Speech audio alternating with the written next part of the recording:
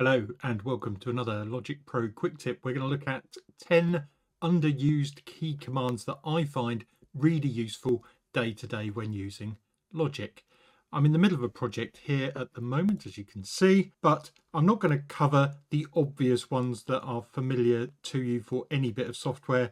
That is the command keys for selecting all, save, copy, cut, paste, undo, redo. You should know those, and they do work in Logic as well. Right, number one, K will turn the metronome on and off without you having to move your mouse up to the top of the screen. So as I click K, that just goes on and off. Really handy shortcut. The next one I use quite a lot is X. This opens and closes the mixer. Simple as that. Third up, we've got C.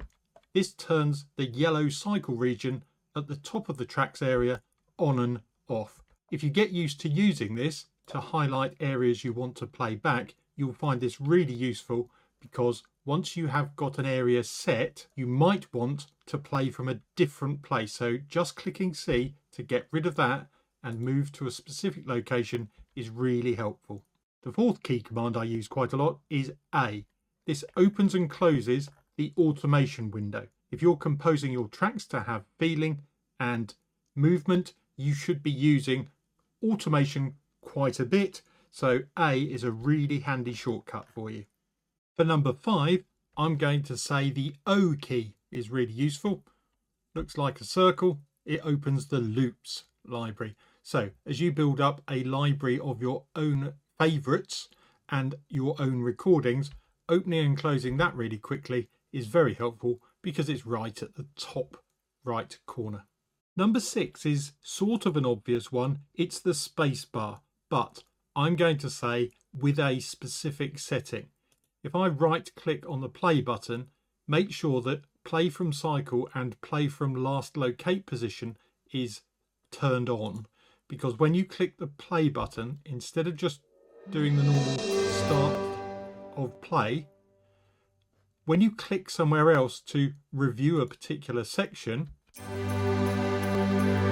and you click space to stop, so long as you've got play from last located, it will go back to where you clicked the mouse on the previous start of playback. Really, really helpful. Next up is the enter or return key. This will always take you back to the very start of the project, no matter where you are. I often find myself needing to do this when I want to listen back to the whole track in context.